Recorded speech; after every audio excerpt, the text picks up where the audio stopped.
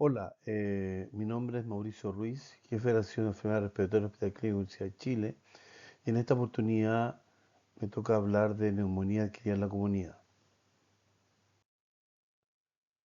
Se entiende por neumonía el compromiso inflamatorio infeccioso del compartimento alveolar, a veces comprometiéndose también los bronquiolos que comunican a ese territorio alveolar. Vamos a hablar de la epidemiología, del diagnóstico de neumonía grave, de unas palabras sobre etiología y tratamiento.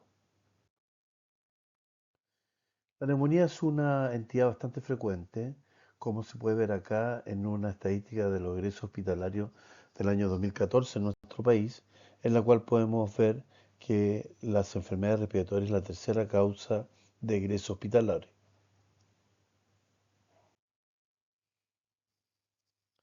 La mortalidad varía en el ámbito en el cual se estudia.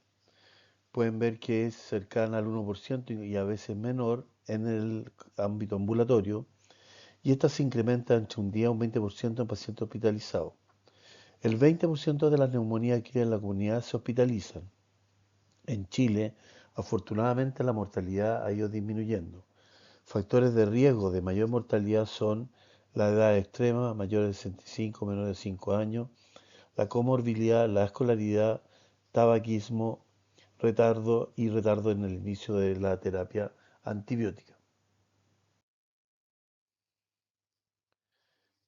El diagnóstico clínico no es tan preciso para asegurar la presencia o ausencia de neumonía. Aquí te pueden ver un trabajo en el cual se analizan la probabilidad de neumonía en relación a la presencia de signos clínicos. Y ustedes pueden ver que incluso contando con tos, fiebre, taquicardia y crepitaciones del examen físico, no más allá del 50% corresponde efectivamente a una neumonía. De ahí que el diagnóstico debe ser cotejado con una radiografía. Es decir, la neumonía es clínica en el sentido de hacer una correcta anamnesis, signos vitales y examen físico, pero el patrón de referencia es el infiltrado de reciente aparición en la radiografía de tórax. Aquí ustedes pueden ver tres radiografías en la cual se puede ver compromiso multilobar del lóbulo inferior derecho, lóbulo inferior izquierdo, língula, un nivel hidroaéreo sugerente de absceso pulmonar, un derrame pleural importante. Todas estas condiciones normalmente ameritan su hospitalización. Hasta el 33% de las radiografías de tórax pueden ser falsos negativos, vale decir, el paciente tener una radiografía de tórax normal y efectivamente tener una neumonía. ¿Qué se hace en esos casos?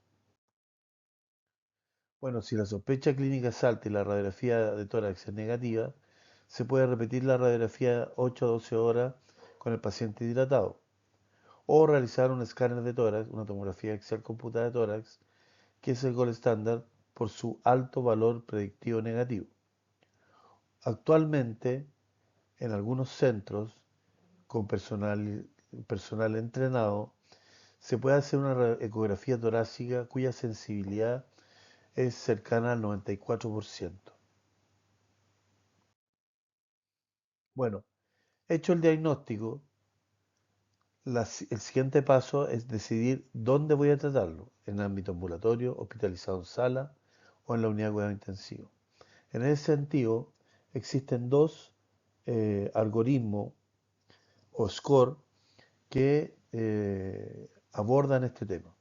Uno es el PORT o Score Define, en la cual dice que si un paciente tiene menos de 50 años, no posee comorbilidades de tipo enfermedad neoplásica activa, falla cardíaca congestiva, enfermedad cerebrovascular, enfermedad renal crónica o enfermedad hepática crónica, o que al examen físico no está con compromiso de conciencia, con taquicardia mayor o igual a 125 latidos por minuto, frecuencia respiratoria mayor o igual a 30 por minuto, hipotensión sistólica menor a 90, o temperaturas extremas, como menor a 35 o mayor o igual a 40, todos estos pacientes pueden con tranquilidad derivarse sin mayor estudio a manejo ambulatorio.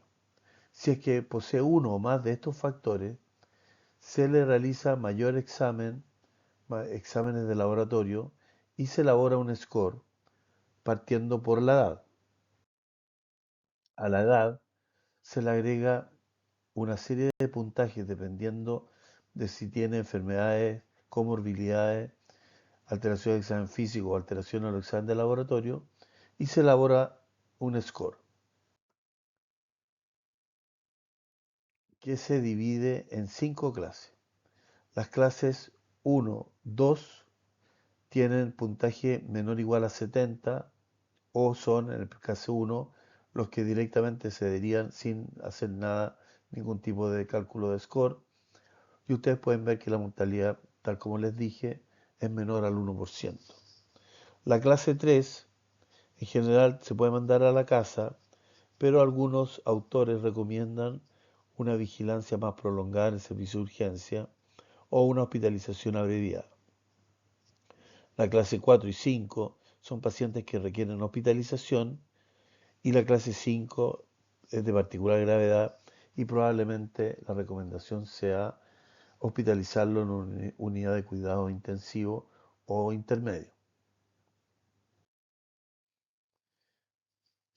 El otro algoritmo es usar el acrónimo que se conoce como CURV-65. CURV de conciencia, compromiso de conciencia, U de nivel de urea o nitrógeno ureico superior a 19 miligramos por decilitro.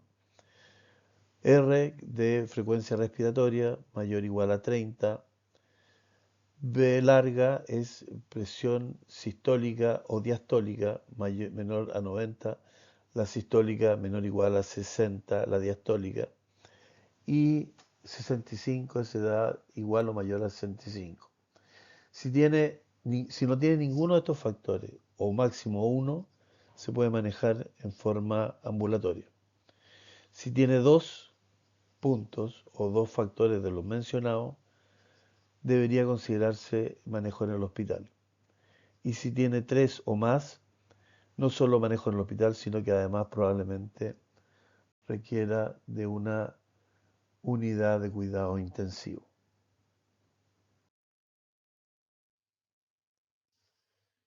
Una vez decidida la hospitalización, hay que tomar una última decisión de dónde hospitalizarlo, si en sala o en unidad de cuidado intensivo.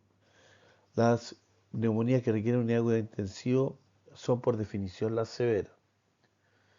Corresponden a un 10 a un 20% de las neumonías adquiridas en la comunidad. Vale decir, el 80% de las neumonías se puede manejar de forma ambulatoria, el 20% se hospitalizan y de ellas el 20% terminan en la unidad de cuidado intensivo. Tienen una mortalidad bastante elevada, entre un 20 y un 50%, y no solamente aumenta la mortalidad, sino que se prolonga también la estancia hospitalaria y el costo de su atención.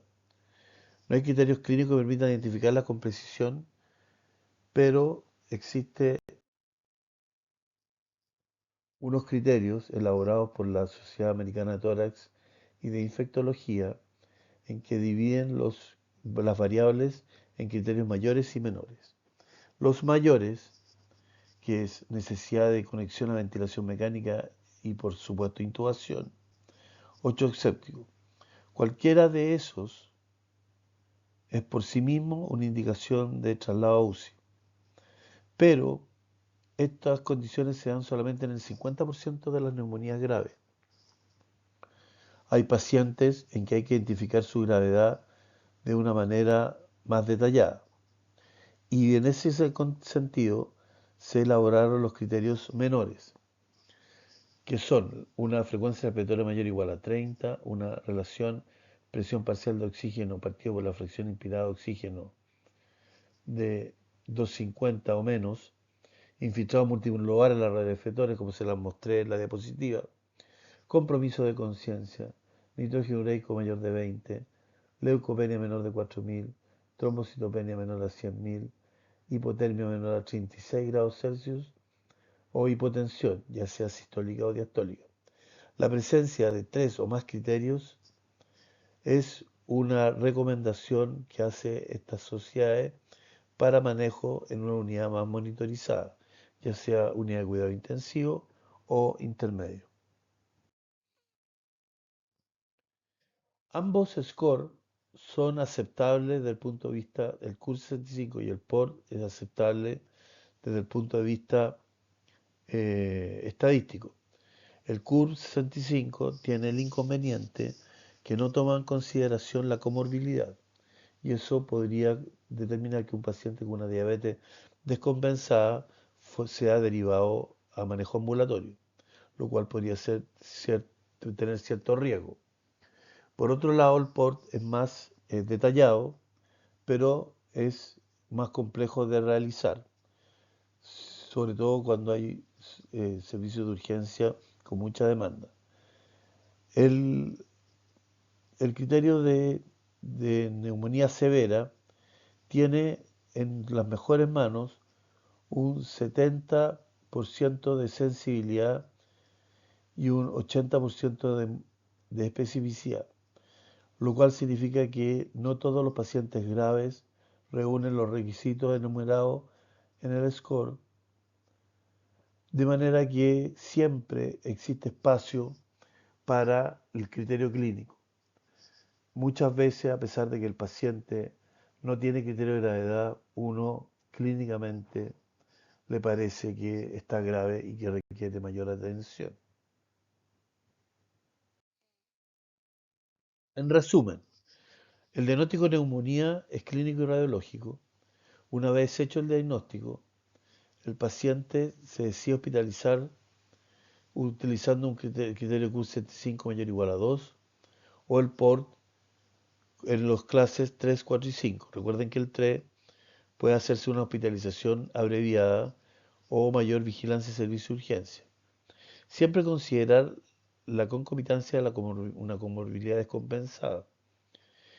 Una vez decidida su hospitalización, evaluar la gravedad con los criterios de la Sociedad Americana de Tórax y de la Sociedad de Infectología y deciden su traslado a unidades de cuidado intensivo o intermedio a pacientes que reúnen tres o más criterios menores o cualquiera de los dos criterios mayores.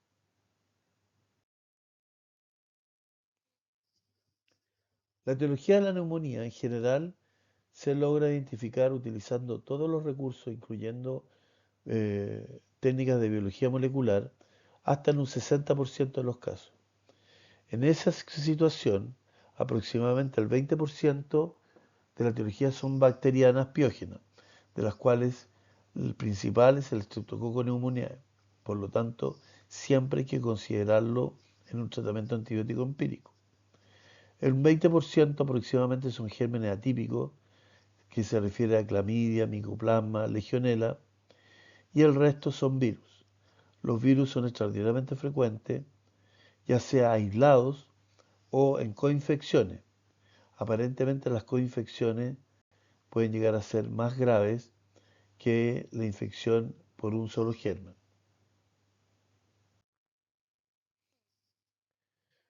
Neumonía ambulatoria. ¿Cuál es el tratamiento? En pacientes adultos ambulatorios sin comorbilidades se recomienda el tratamiento con amoxicilina o macróleo, ya sea citromicina o claritromicina, o doxiciclina. Es una recomendación fuerte de acuerdo al consenso recientemente publicado en Chile para la amoxicilina y condicional para doxicilina y macróleo, basada en evidencia de calidad moderada. El problema de los macróleos es que el 25% de los neumococos son resistentes al macróleo. Por lo tanto, la primera opción debería ser la amoxicilina. En pacientes adultos ambulatorios con comorbilidades, entendiendo por ello enfermedades crónicas cardíacas, respiratorias, hepáticas, renales, diabetes mellitus, alcoholismo, neoplasia o asplenia, es decir, ausencia de vaso o vaso que no es funcionalmente operativo, se recomienda usar amoxicilina con ácido clavulánico cefuroxima, cefpodoxime, fluorquinolona o fluorquinolona respiratoria, ya sea levofloxacino o moxifloxacino. ¿Por qué esto? Porque hay que cubrir además el hemófilo influenza, que en algunas series tiene una relativa frecuencia. Acá tienen las dosis de los medicamentos mencionados. No es indispensable que se las sepan, pero es importante que vayan familiarizándose con la nomenclatura y la posología.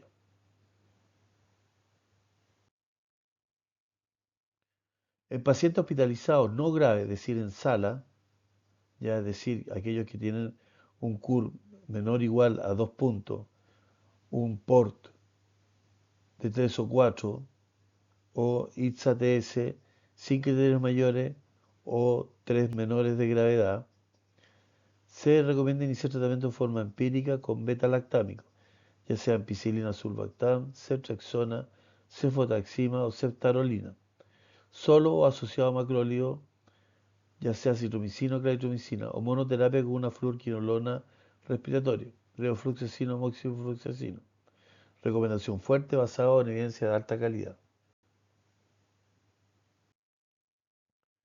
Nuevamente les presento las dosis habituales de estos antibióticos ya mencionados.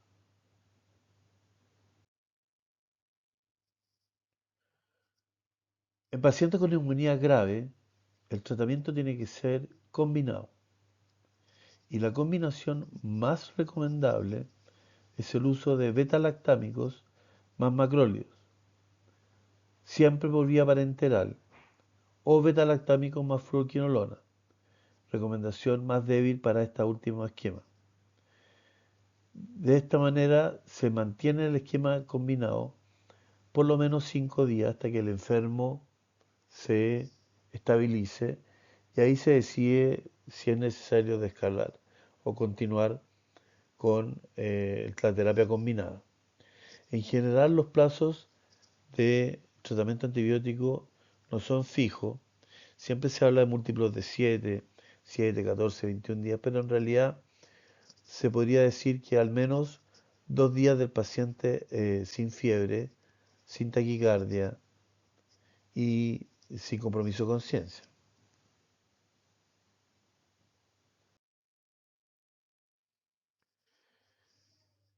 En periodo de otoño o invierno en la cual está prevaleciendo la influenza, en todo paciente hospitalizado se debe asociar, si es que hay evidencia de influenza en el paciente, ya sea por PCR o por clínica muy sospechosa, se recomienda iniciar antiviral o celtamivir, que es el inhibidor de la neuraminidasa. Idealmente antes de las 48 de iniciados los síntomas, ya que de esta manera se disminuye las complicaciones expresadas a través de la tasa de ingreso a UCI y mortalidad. Los pacientes ambulatorios también se recomienda el tratamiento si es que se objetiva la presencia de neumonía y de PCR positivo para influenza. Como uno nunca, como les dije, existe la posibilidad de coinfección, uno nunca puede estar 100% seguro de que no haya una bacteria coinfectando al paciente, siempre debe acompañarse de terapia antibiótico de acuerdo a las directrices que les mencioné previamente. La prevención, bueno, aparte de lavado de manos, uso de mascarilla en pacientes, en personas que pueden estar infectando, ¿no es cierto?, que todos, sobre todo los pacientes de alto riesgo. La principal maniobra de prevención es la vacuna antineumocócica, que se recomienda en pacientes con comorbilidades crónicas, pulmonares, cardiovasculares, diabetes, alcoholismo, cirrosis, insuficiencia renal crónica. También se recomienda en pacientes con inmunosupresión, sobre todo si se puede programar la esplenectomía, hacerlo antes de que esta se realice, mieloma, enfermedad de Hodgkin, trasplantado o pacientes conviviendo con la infección por virus de inmunodeficiencia humana. y también se recomienda a mayores de 65 en nuestro Plan Nacional de Vacunación o Inmunización. La vacuna contra la influenza son las mismas interiores más la permanencia en asilo y más, ¿no es cierto?, personal de salud. Acá tienen una evidencia de por qué es importante la vacunación. Tenemos aquí la tasa de hospitalización y aquí 3 años, 3 periodos de influenza. Y ustedes pueden ver que los pacientes no vacunados, en todo momento las tasas de hospitalización son mayores que los vacunados. Vale decir, la conclusión es que uno vacuna a los pacientes de alto riesgo no para que no se enfermen, sino para que no se hospitalicen y eventualmente fallezcan.